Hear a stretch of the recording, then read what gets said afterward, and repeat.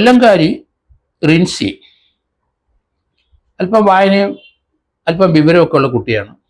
29 വയസ്സുണ്ട്. കാണാൻ മിടുക്കിയാണ്. ഈ ടി വിയും സോഷ്യൽ മീഡിയയും കണ്ടപ്പോൾ പലരും വിദേശ രാജ്യങ്ങളിൽ പോകുന്നത് അവിടെ സന്ദർശിക്കുന്നതൊക്കെ കണ്ടു. തനിക്കും അതുപോലെ ഒന്ന് പോയാൽ കൊള്ളാവുന്നുണ്ട്.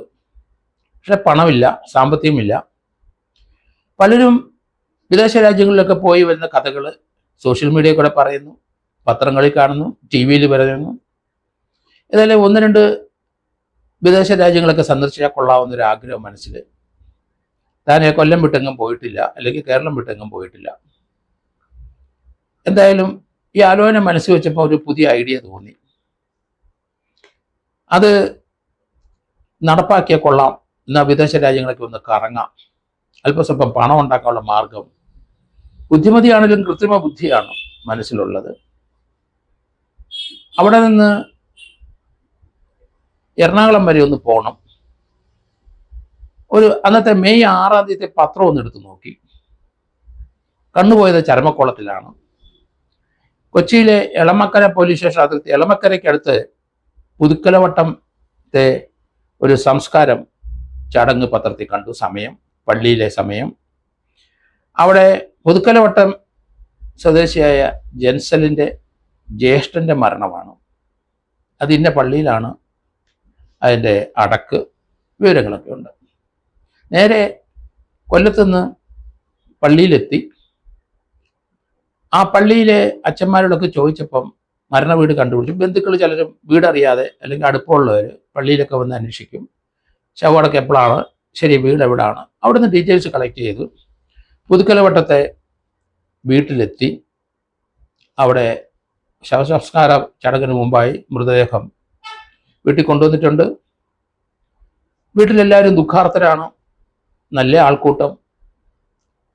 ആ റിൻസി ആ ആൾക്കൂട്ടത്തിനൊപ്പം ചേർന്നു, ആ ദുഃഖത്തിൽ പങ്കുചേർന്നു, അവരോടൊക്കെ മിങ്കിൾ ചെയ്ത് നടന്നു.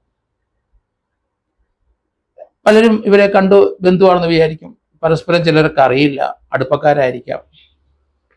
അതിനുശേഷം പള്ളിയിലെ ശവടക്ക് കഴിഞ്ഞു. മടങ്ങി എല്ലാവരും വീട്ടിൽ വന്നു.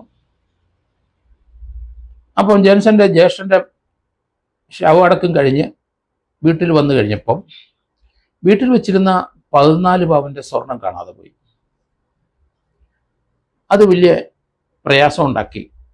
മരണത്തിന് പങ്കെടുക്കുക വന്ന ആരെങ്കിലും ആയിരിക്കും, അല്ലാതെ വേറെ ആകാൻ സാധ്യത കുറവാണ്. എന്തായാലും എളമക്കര പോലീസ് കേസ് രജിസ്റ്റർ ചെയ്തു. ഏകദേശം 80 ലക്ഷം രൂപയുടെ സ്വർണം പോയി.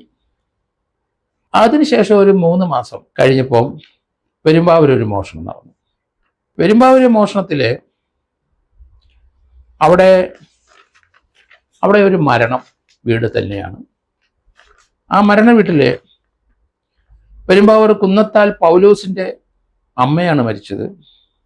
ദുഃഖാർത്തരായ വീട്ടുകാരെല്ലാം ആ ചടങ്ങിന് പങ്കെടുക്കാൻ അവിടെ വന്നു. പള്ളിയിൽ കൊണ്ടുപോയി ശവമടക്കി അവർ മടങ്ങി വന്നു.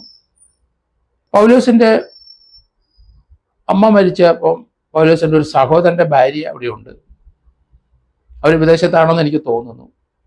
അവര് പള്ളിയിൽ പോകാൻ നേരത്ത് അവരുടെ കയ്യിലിരുന്ന ബാഗ് കട്ടിലിനടിയിൽ വെച്ചു. 45 ഗ്രാം സ്വർണ്ണമുണ്ട്. അതിനകത്ത് ഒരു 90 കുവൈറ്റ് ദിനാറുണ്ട്. 200-250 രൂപ വരും കുവൈറ്റ് ദിനാറിന്. ഒരു 25,000 രൂപയുടെ പണവുമുണ്ട്. മൊത്തം അത്രയും ആ ബാഗിനകത്ത് വെച്ച് കട്ടിലിനടി വെച്ച് വീട് കൂട്ടിയിട്ട് എല്ലാവരും പോകുന്നത്. വരുമ്പോൾ എടുക്കാം. വന്നപ്പോൾ അത് കാണാനില്ല. എന്തായാലും അവിടെ ആ മരണത്തിന് വന്ന പങ്കെടുത്ത ആരെങ്കിലും ആയിരിക്കണം എടുത്തോണ്ട് പോയത്. അവരതിൻ്റെ CCTV ദൃശ്യങ്ങളൊക്കെ നോക്കിക്കഴിഞ്ഞപ്പോൾ അവർക്ക് ആർക്കും പരിചയമില്ലാത്തൊരു സ്ത്രീയെ കണ്ടു. അവര് ആർക്കും പരിചയമില്ല, ബന്ധുക്കൾക്ക് ആർക്കും പരിചയമില്ല. വളരെ സ്മാർട്ടായിട്ട് നിൽക്കുന്നു. അവർ ദുഃഖത്തോടു കൂടി എല്ലാവരെയും സമീപിക്കുന്നു, എല്ലാവരെയും ആശ്വസിപ്പിക്കുന്നു ഒക്കെ കണ്ടു. പിന്നീട് അവർ പെട്ടെന്ന് ഡിസപ്പിയർ ചെയ്യുന്നു. ഈ സംഭവം അവര് പോലീസിൽ റിപ്പോർട്ട് ചെയ്തു. ആ സ്ത്രീ അവർക്ക് പരിചയമില്ലാത്ത സ്ത്രീയാണ്. പോലീസ് അത് ട്രാക്ക് ചെയ്തു. ആ സ്ത്രീയെ കണ്ടെത്തി. അതാണ് റിൻസി. കൊല്ലത്തുള്ള റിൻസിയെ കസ്റ്റഡിയിലെടുത്തു. 45 ഗ്രാം സ്വർണം കണ്ടെടുത്തു. അവരെ പണമെല്ലാം ചിലവായി പോയി എന്ന് പറഞ്ഞു. അവരെ അറസ്റ്റ് ചെയ്തു. അവരെ റിമാൻഡ് ചെയ്യുകയും ചെയ്തു. ഇത് ടി വിയിലും പത്രത്തിലൊക്കെ വാർത്ത വന്നു. ഇങ്ങനെ മരണ വീട്ടിലൊരു മോഷണം നടന്നു. അന്നേരമാണ് ഈ വാർത്ത ഒരു 3 മാസം കഴിഞ്ഞപ്പം ജെൻസന്റെ ശ്രദ്ധയിൽ വന്നു. ജെൻസൺ പെരുമ്പാവൂർ പോലീസിനെ ബന്ധപ്പെട്ടു. പോലീസ് ഇവരെ കസ്റ്റഡി വാങ്ങിച്ചു. ഇവരെ ആണ് ഈ മോഷണം നടത്തിയെന്ന് കണ്ടെത്തി. അവർ 14 പവൻ കൊല്ലത്ത് കൊണ്ട് വിറ്റു. ഒന്നിച്ചങ്ങ് വിറ്റു. 8 ലക്ഷം രൂപയോളം ഒരു സ്വർണ്ണക്കടക്കാരൻ കൊടുത്തിരിക്കുന്നു ഇവർക്ക്. ഇവരെ ചോദ്യം ചെയ്തു.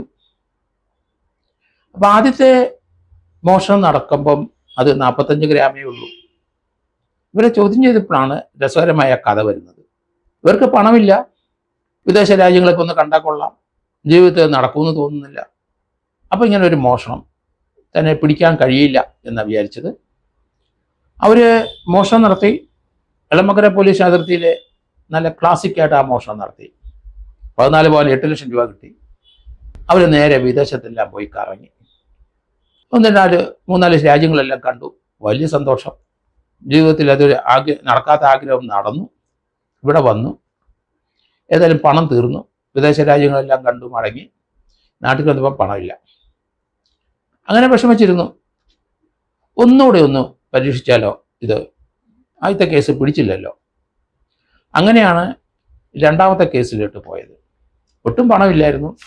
അങ്ങനെ പെരുമ്പാവൂർ ചെന്നു. അവിടെ നിന്ന് 45 ഗ്രാം $90 ലഭിച്ചുള്ളൂ. പ്രതീക്ഷിച്ച അത്രയും ഒന്നും കിട്ടിയില്ല. എങ്കിലും തൽക്കാലം ആശ്വാസമായി. അത് പെരുമ്പാവൂർ പോലീസ് ട്രാക്ക് ചെയ്തു. അങ്ങനെയാണ് ഇവരെ പിടിച്ചിരിക്കുന്നത്. ആ കേസ് റിമാൻഡ് ചെയ്തു. അത് കണ്ടിട്ടാണ് എളമക്കര പോലീസ് സ്റ്റേഷനിലെ ജെൻസന് കാര്യം പിടികിട്ടി. അപ്പം പോലീസ് ചോദിച്ചപ്പോഴാണ് ഈ 45 ഗ്രാം അല്ല, ആദ്യം 3 മാസം മുമ്പ് എളമക്കര പോലീസ് സ്റ്റേഷനിൽ നിന്നാണ് കൂടുതൽ സ്വർണം കിട്ടിയത്. അതുകൊണ്ടാണ് വിദേശത്തൊക്കെ പോയി കറങ്ങി സുഖിച്ചു വന്നത്. ഏതായാലും ജീവിതത്തിൽ ഒരു അംബീഷൻ, ഒരു ആഗ്രഹം ഉണ്ടായിരുന്നു. അത് നടന്നു. വല്ലവരുടെയും പൈസയാണെങ്കിലും ശരി, അവർ കുറേ രാജ്യങ്ങളെല്ലാം കണ്ടു. ജീവിതത്തിലെ അഭിലാഷം നടന്നു. മടങ്ങി വീട്ടിൽ വന്നു. ആദ്യത്തെ സംഭവത്തിന് ശേഷം 2ാമത് പൈസ ഇല്ലാത്തപ്പോൾ ഒന്നുകൂടെ പരീക്ഷിച്ചിരുന്നു. ആ പരീക്ഷണം വേണ്ടായിരുന്നു. ആ പരീക്ഷണം നടത്തിയില്ലായിരുന്നു ചിലപ്പം രക്ഷപ്പെട്ടു പോയേനെ. ആദ്യത്തെ കേസ് പിടിക്കാൻ അല്പം ബുദ്ധിമുട്ടിയായിരുന്നു. 2ാമത്തെ സംഭവം നടന്ന് ഉദ്ദേശിക്കുക പണവും വന്നില്ല. അല്ലെ ഒന്നുകൂടെ വിദേശയാത്ര നടത്താമായിരുന്നു. അതും നടന്നില്ല. വിട്ടുപോയി. ഇപ്പം റിമാൻഡിൽ കിടക്കുകയാണ്. അതിൻ്റെ ട്രയൽ ഉടനെ വരും. ജാമ്യത്തിൽ ഇറക്കാൻ വീട്ടുകാർ വരുമോ ഇല്ലയോ എന്നറിയില്ല. എന്തായാലും 8-11 ലക്ഷത്തോളം രൂപയോളം മരണ വീടുകളിൽ തന്നെ കവർന്നെടുത്തു എന്നുള്ളതാണ് ഈ സംഭവത്തിൻ്റെ പ്രത്യേകത.